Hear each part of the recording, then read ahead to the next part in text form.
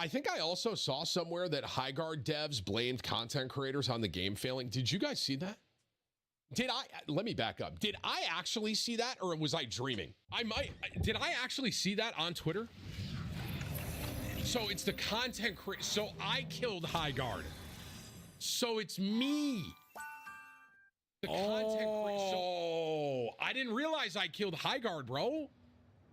Fuck, man. Listen.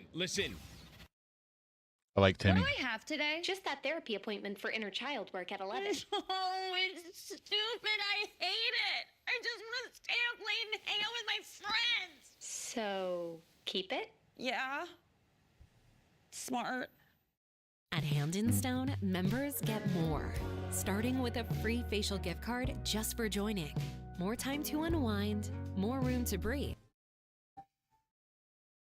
Hold it. I got to talk about this for a second too. Hold the phone, bro. Hang on. I got to find that tweet. Whips, can you go find that tweet? It's real, right? There was like some document or something I saw where a dev of let me find it, bro. Hang on. Right here. Okay, look. Is there anything? I don't think there's anything crazy on this. Highguard dev blames content creators for the game's failure. Quote, it was dead on arrival. Quote, within minutes, it was decided this game was dead on arrival and creators now had free rage bait content for a month. I'm going to back up for 2 seconds here, okay? Was everybody shitting on Highguard when the game first came out? Yes. Is that a content creator's fault? No.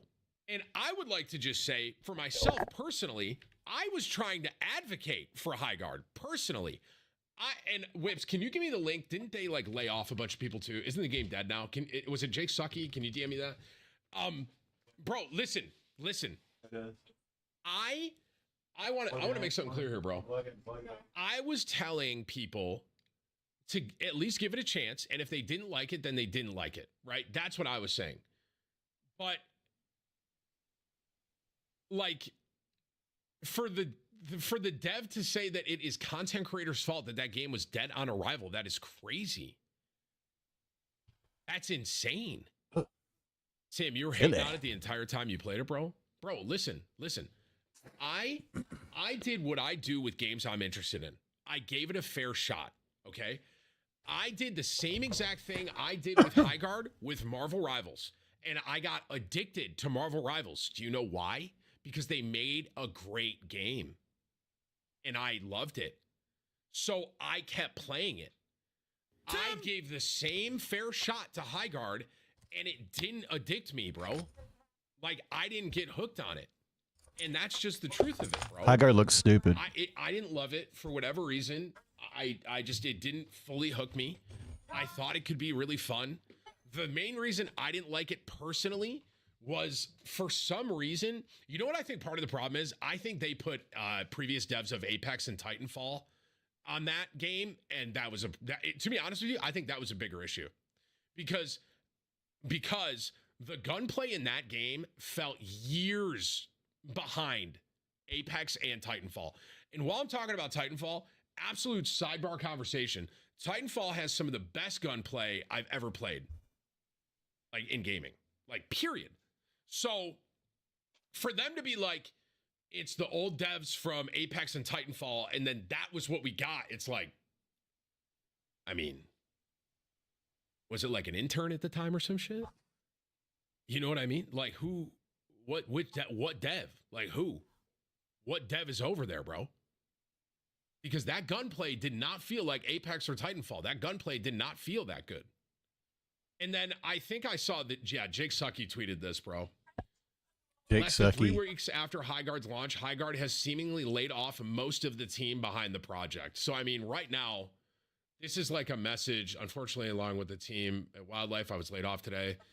This one stings. There was a lot of unreleased content I was looking forward to, and others designed Highguard. However, I'm excited for the next adventure. If your team or anyone needs a level designer, portfolio, et cetera, et cetera.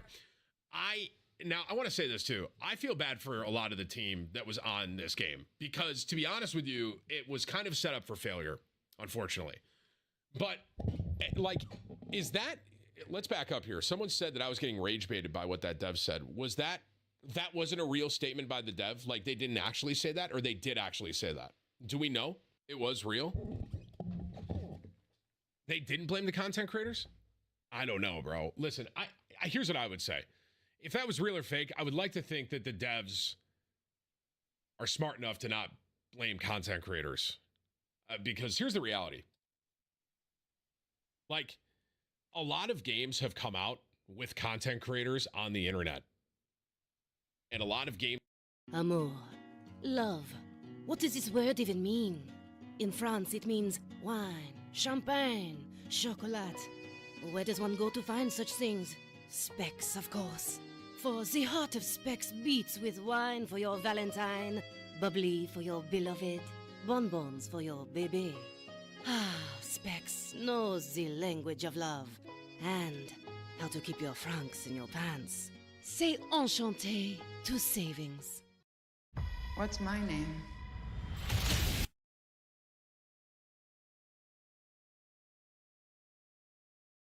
The greatest stories are on Disney Plus and Hulu. Stories about vibrant collaboration and the compulsion to put things right. Someone makes sense of it. Hi, I'm Adam C, and welcome to a very special private collection of incredibly famous cars that you will recognize from some of the best movies ever made. And these cars are all about to be auctioned off by Bonhams. There's details in the video's description of how you can get involved, but I'm going to walk you around all of these cars and what the asking price is going to be, the estimates, and what I think they are going to make. You won't believe the amount of money is in this room. Let's take a look. This collection is so special that we came all the way to Paris in France. Some of these cars have not been seen for years out in the public and of course have never reached the market. This is a world's first for so many. And let's start here. So those of you familiar with Fast and Furious Tokyo Drift will recognize this 71 Monte Carlo as the opening car. This is the car that raced the Dodge Viper, and this car was the exact car used in the barrel rolls and the stunts for that scene. So they've reinforced the chassis, and that was its intended purpose. This is the genuine car from Tokyo Drift. It's not got much left in it, just a bit of a manual gearbox, it's like 5-speed, and not even a fuel tank in the back. So this is being sold as a bit of a project. This was powered by a Chevy Big Block to propel it around during the stunts, but it's offered with a US title, so opportunity to restore this car for 25 to 35,000 euros. That is its estimate. Pocket change, if you ask me. The potential to own a road-registered Fast and Furious vehicle used in Tokyo Drift. Of course, it's not just Fast and Furious. This is a replication of the GoldenEye bike that James Bond piloted. It is a replica, so only estimated between 3,000 to 5,000 euros. And even more faithful replicas, we've got the Jurassic Park Ford Explorer, estimate 20,000 to 40,000 euros. And then we have the Firebird Trans Am kit from Knight Rider, estimated 30,000 to 50,000 euros. But moving on from these recreations, we have one of the movie cars from Ryan Gosling's film Drive. Now, they made 3 of these Chevelle Malibus. One of them was destroyed, the other one is owned by Ryan Gosling himself, and this is the 3rd one that can be now owned by yourselves. Ryan Gosling himself had input in choosing this car. He was asked to choose which car would best suit the character, and he chose the Chevelle Malibu, painted in this primer grey. And you'll recognize the interior here. We've got the jacket worn in the film, and then that cracked dashboard as you saw in the film. Now, this very car was an original Chevrolet Malibu from the States, and then it was imported to the UK. So this has come from the UK back to the States and now is in France for auction. Estimated between 60 and 80,000 euros. And as we move to the rear end of the dinosaur, we're reminded how special this collection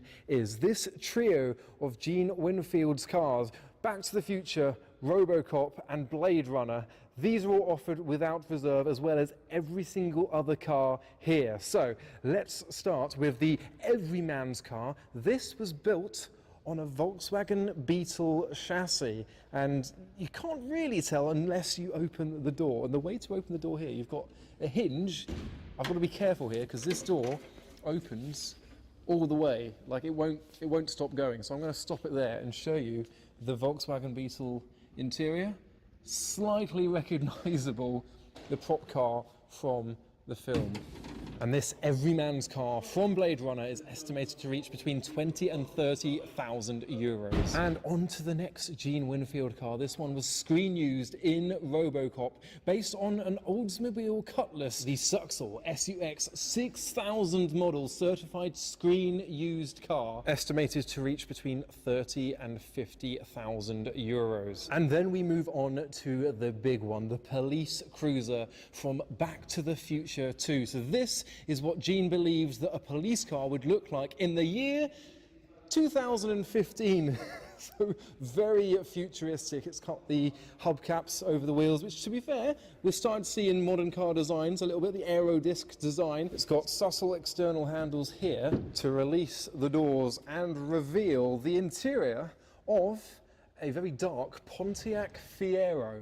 So that is the chassis they commonly use on replicas in the US, and they have used that to create this police cruiser. And you can actually see down here through to the original side of the car. So that's where the Fiero ends. It's been cut up top there, and then just this bodywork has been sculpted around it. This is one of two cars that were built like this, and what's special about this one is drivable, and that's what makes the estimate between 70 to 100,000 euros. But remember, this is an auction without reserve, so all of these cars, whatever they get to is whatever they go for. Now we're going to move away from the dinosaur in the room and towards the elephant in the room and some of the Fast and Furious cars. Now this Eclipse is a faithful replica of the original one, but what makes this one so special is this is one of the earliest known replicas ever made for this car, built in 2003 in America. Before replica and certified parts were available, enthusiasts managed to get together as much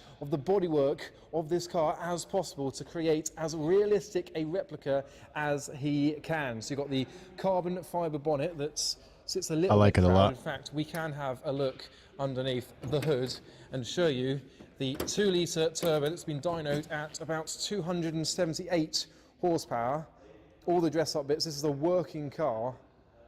Very special. I love an Eclipse. It's got a US title, but the estimate is only between 12 and 18,000 euros. One of the cheapest cars so far. But from a replica car to a genuine movie car, this is Lenny's Barracuda from Fast and Furious 7. It's been fitted with a Mopar V8, and this was one of the cars that was screen used in the 2015 film. The Furious 7 car estimated to fetch between 80 to 120,000 euros. But remember, these are just estimates. You've got to watch the auction next week to see what all of these cars reach. We're going to some more Fast and Furious vehicles around the corner. So we continue with the Furious 7 theme. This is one of 6 cars that was built for the stunts and even the plane drop scenes, custom made with a full tubular steel chassis and an LS3 V8 for reliability and use in these scenes. Now this one is missing one of its doors currently, but otherwise remains fully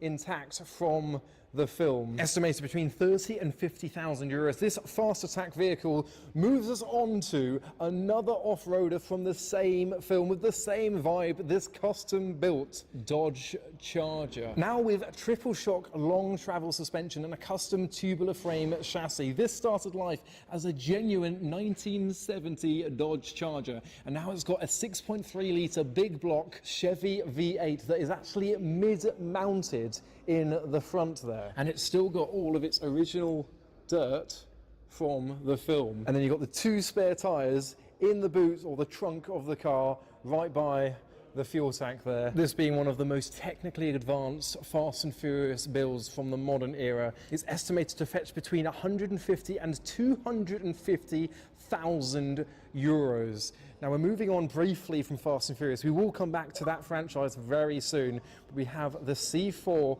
Corvette, this one obviously from the A-Team, and a new room that my friends Sam and Dave have found with even more cars for you to look at. The estimate being 15 to 22,000 euros, and I'm being drawn into the new room.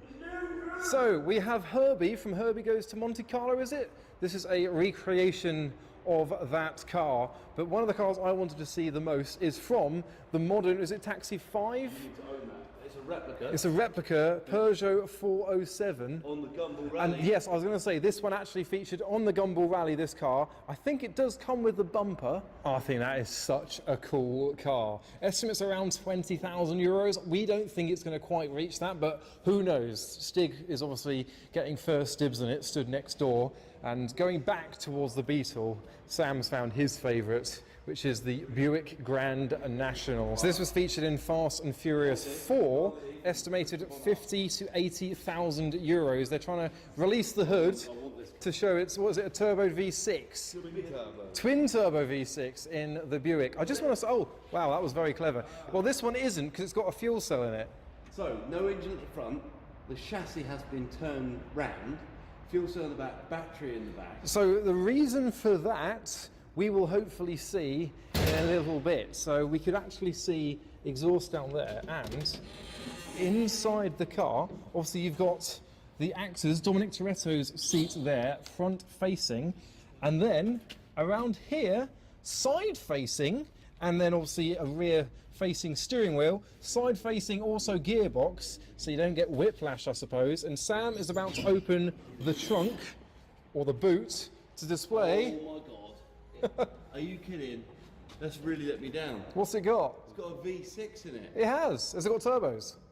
No. It's just a standard Oh. V6 with a 4-barrel. And the final car that we're going to look at in this room is the Ford Limited Crown Victoria, screen used alongside Will Smith in Men in Black 2. And look, you've even got the certificate of authentication on the dashboard, and inside, along with the aliens, you have the classic "Don't touch the red button" sticker, and there is the red button that isn't actually a button, it's just a light. We even have some accessories from the film featured in the car. This is estimated to reach 20 to 40,000 euros, this screen-used Men in Black 2 Crown Victoria. And moving from Men in Black 2 to John Wick 2, this genuine Mach 1 Mustang was driven by Keanu Reeves in the opening sequence of the film, the successful warehouse jump. They made 2 of these cars. The first one was unsuccessful in doing the jump, so this car originally had a rig on it, and they took the rig off and then used this car to complete the jump in the film.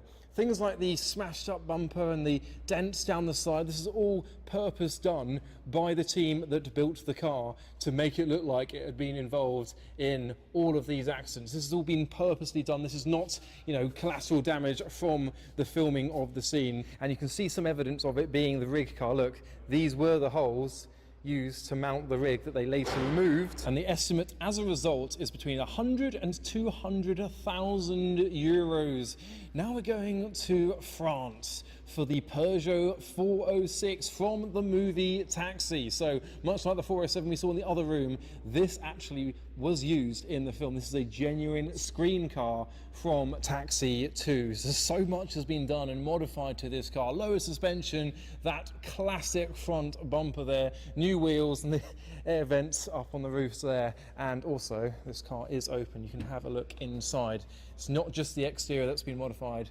Got the new steering wheel. We've got the control panels here that are made to look like they've come down. Well, no, they can go up and down from the sun visors. The car is not just famous in France, but worldwide. A recognisable movie car and genuine from the movie. And you can tell we've got signatures from both the stunt driver and the actor in the film. Probably the most expensive 406 to ever be sold, with the estimate between 70,000 and over 100,000 euros. And then in the corner we have 2 replicas from the film Transformers from 2007 with Shia LaBeouf and Megan Fox. So we've got the Ford Mustang. It's actually a 4-litre V6 Mustang, the Barricade cop car from Transformers, and the Chevrolet Camaro. So being recreations, these ones can't actually transform into the monsters that they did on film, but look how important this car is. I can see why they replicated this. And of course the bumblebee stripes in the interior as well. Very faithful replica. Look at that dashboard. Interestingly though, I don't know if I agree with this, the estimate is between 20 and 30,000 euros for this, but for the Mustang, the 4-litre V6 police car, 25 to 35,000 euros. And there are 3 Dodge Chargers in this collection, and this is the only one that's not from Fast and Furious. This is a 1968 Dodge Charger, but built to be disguised as a 69 to be accurate for the Dukes of Hazzard. So this is the 2005 film that this was made for and was used in stunt driving but kept in pristine condition. This was not destroyed. Often you'll see the front ends get bent upwards as they jump over cliffs, etc. It has still got the Confederate flag on the roof. Not sure if I can show that on the tube. It's got the full roll cage, reinforced suspension for the stunts, and it's got the certification plaque as well that it is one of the genuine cars from the film. And if you want to own one of the General Lees, that's between 120 to 160,000 euros it is estimated to reach. And the final Dodge Charger in the collection is this 1970 Charger from, again, Fast and Furious 7. So this has a 6.2 litre Chevy V8 for reliability. You've got the blower sticking out the bonnet, and this is a screen-used car, so it's not actually supercharged. They didn't need it to be, but I'm sure it's got the moving parts to open and close in the movie. I would say this car is just as legendary as Brian's R34 GTR from the film. Estimate between 150 and 250,000 pounds for Dom's Charger that was used in the film. Now, excellence doesn't happen by accident, it's earned every day. That's why Vanguard Kia of Arlington is the #1 Kia dealership in DFW. Take advantage of no payments for 90 days on all 2025 and 2026 Sorrentos. Or choose a stylish, tech-forward 2025 Kia K4X lease for only $199 per month. Better prices, 5-star service, and one of the largest selections in Texas. That's the Vanguard way. Visit Vanguard Kia of Arlington today or vanguardkia.com. Rice Krispies treats. Crispy! Treat your inner child. Who was the very first person to break your heart? If it ever happens, you'll be the first to know.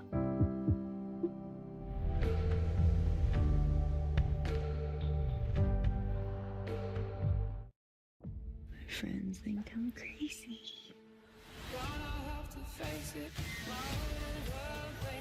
College is the most unserious part of your life. He's not someone who lets things go. Why are you doing this? now we'll speed up the pace a little bit because we've got a lot to get through still. We've got this E60 BMW 5 Series that was used in a very recent film from 2014 called Wolves with Brad Pitt and George Clooney. This car was modified and used to film scenes in the post shot at scenes, so it's actually been purpose made to look like this, to look like it's been shot at. I don't know if they actually took a gun to it, but this is a genuine screen car from that film, and the estimate is only just over 10,000 euros, so one of the cheapest cars here. No rear interior, a little bit destroyed, probably from filming, or maybe, again, bullet holes. And after another 406, a recreation of the car from Taxi, we have another recreation of James Bond's 750i. So this is a genuine 750, but it's a recreation that's been fitted with a lot of the gadgets, even look, the cable cutter, as the badge pops up to display it. Estimate between 15 and 25,000 euros. And then another James Bond BMW Z3. So BMW produced a limited run of 50 GoldenEye edition Z3s to celebrate the film's release. It's actually the first time that a film has coincided with the launch of a new car, so much so that they sold out all 50 and then produced 50 more, creating 100 limited run GoldenEye edition Z3s. And this is one of those cars. It's not a movie car, but it is a GoldenEye edition Z3 number 66. Now in this corner is a collection of quirky French builds. So we've got this Renault 21 Turbo that isn't actually part of the sale, but moving on to the 1982 famous Fuego, again from a French film. And around the back of this Fuego is something that I adore. This is very personal to me, but TVR used Renault Fuego rear lights on their TVR wedges. So obviously on my wedge, it had an upside down version of that rear light, or maybe I should film this one, the one that's not been cracked. This screen used car is only estimated to reach between 1,000 and 3,000 euros, and going a little bit higher, we've got the Citroën Xantia, which is estimated to reach about 5,000 to 8,000 euros. Again, from another French movie, this little collection in the corner that moves us round to another police car, the Ford Taurus from RoboCop. This is the 2014 film. It's a screen used car with its 3.5 litre V6. 20 to 30,000 euros is its estimate, with all of its original bodywork from the film is actually in pretty decent condition. I mean, there's literally a few little nicks on the bash bar, and that is about it. It's one of the best conditioned cars in this collection. We then have a Batmobile. So this was built under license by Warner Brothers to replicate Tim Burton's legendary Batmobile, probably the most legendary Batmobile out of all of them. So it was used in the stunt show. It's powered by a Volkswagen Beetles engine. And if you have a look inside, obviously all made out of fiberglass, you can almost tell by looking at it, but we have 2 seats. We've got the genuine driver's seat there. In fact, there's 3 because there's a passenger seat here, and then behind here, it's hidden, but that is where the stunt driver drives the car. And if you want a Warner Brothers certified Beetle-powered Tim Burton Batmobile, you're looking to estimate between 70 and 100,000 euros. Next, we've got this Cadillac Series 75 ambulance. Obviously, you all know this as Ecto 1. This is a faithful recreation, 1963 Cadillac with its original V8, with even the Ghostbusters ghoul on it, and all of the, again, gubbins up top. This recreation's estimate is between 25 and 50,000 euros. But from the recreation, we have a genuine Ghostbusters car. This was used in Ghostbusters Afterlife, a modern film, this GMC. You're looking at about 20,000 euros. Now we're going on to a trio of vans, but we'll concentrate on this pair of recreations. We've got the Mystery Machine next to the A-Team van, the GMC. So 10 to 15,000 euros for your Mystery Machine replica, and over 35,000 euros estimate for one of the best replicas of the A-Team vans in existence. And commissioned by Paramount Studios for the 2024 Paris Auto Show, is a recreation of the Teenage Mutant Ninja Turtles van, the Turtle van, estimated between 15 and 25,000 euros. And then we go back to Fast and Furious 7 with this Plymouth Roadrunner, another screen used car. This was one of Dominic Toretto's hero cars in the film, was used in the race against Jason Statham's character. Estimate between 80 and 120,000 euros for this car that was used in the film. We now have the Ford Gran Torino, obviously Starsky and Hutch's car. This is a piece of artwork. I love the Gran Torino. It's got their light beacon on the roof. This is a faithful recreation with Starsky and Hutch embroidered, estimated between 25 and 35,000 euros. Now we're on to the final 4 cars of this collection in the room, but there is also memorabilia to look at and a few cars outside, so stay tuned for those. There's a lot more to see, but we're going to begin with the Volkswagen Jetta from the Fast and the Furious. So whilst this is a faithful recreation of Jesse's VR6 powered Jetta from the legendary film, one thing it does have is brake calipers. That's very important for stopping. So it is a replica without that minor mistake in the film that everyone goes on about. Even the steering wheel is correct on this car. We've got all of the stickers and branding around this car. The Paul Walker sticker, commemoration to his life. This one is estimated to fetch between 20 and 30,000 euros for your Jetta. Now this one is fascinating. So this was originally a 6-cylinder Chevrolet Camaro, but that did not matter because this car was never intended to drive in the movie. This was once again in Fast and Furious 7. It's a car that had screen time in the scenes that Tyrese Gibson fell from the sky, from the plane. So it was mounted on a rig, and with a green screen background and a lot of jigging around was used to replicate it falling from the sky. So it's all very accurate from the outside and inside the car, but never needed an engine because that was its only intended purpose. And as a result, for a non-driving car in the film, the estimate is between 60 to 100,000 euros. Now we have the final pairing of the collection, Paul Walker's cars from the film. So we have the R34 GTR and the Mitsubishi Evo. So we start off with this faithful recreation of the R34 GTR, except for the fact that this is a GTT that's still fitted with its factory 2.5 litre RB25, but it's got all the graphics, all the bumper and bodywork is all accurate.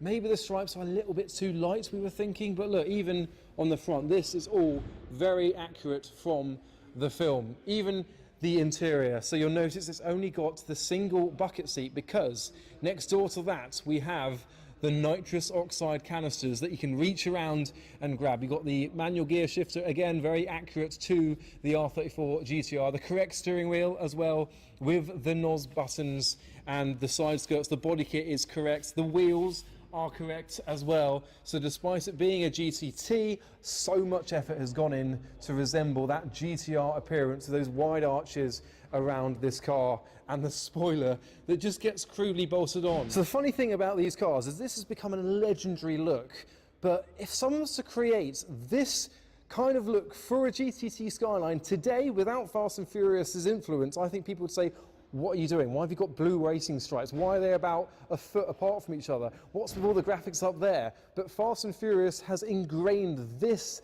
into our minds as the legendary JDM car, and they have single-handedly helped the JDM market thrive, especially in the US. So have a think. What do you think a 400 brake horsepower with the C West body kit R34 GTT would be?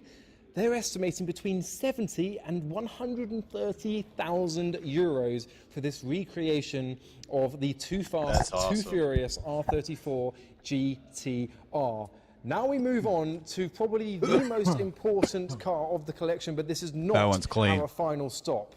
So this was Brian's Mitsubishi Evo 7 or 8. So when creating the film Too Fast, Too Furious, they initially went to Nissan and even Opel to use an Opel Speedster for the hero car for the movie. But none of those happened because Mitsubishi were the ones to step forward and supply some Evos and some Eclipses for the film. Now the trouble with the Mitsubishi Evo is the Evo 7 that they were supplying was not actually ever sold in the US, but the next Evo, the Evo 8, was due to be sold in the US, and being a US film they wanted to promote the Mitsubishi Evo 8 a little bit more. Also the Evo 7s were soon to just go out of trend as well, so the Evo 7 was not wise, but that was what they ended up with, and as a result of that they had to customize it to kind of distract people into believing this was the new Mitsubishi Evo. So we first go round to the back of the car. This, as I say, is the genuine car that Paul Walker drove. This is stunt car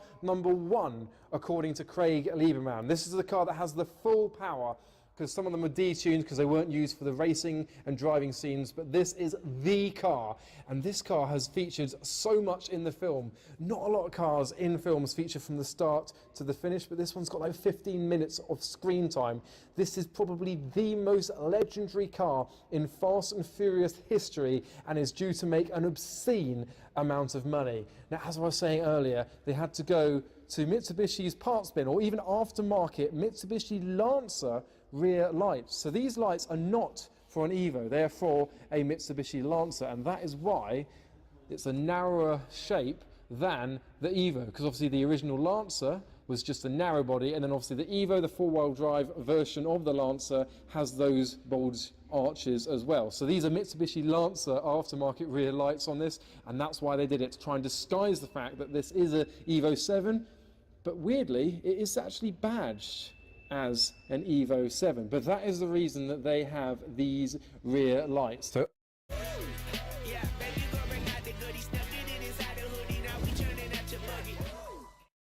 Yet another toothpaste that does not whiten. Girl, this one works. Basic toothpaste stops at the top. Crest goes deeper to dissolve the bonds that hold stains to teeth for whiter teeth in one day. Crest. Or get these ads. That's rough. But hey, with SafeLight, you can get that fixed any way you want. Anywhere I want.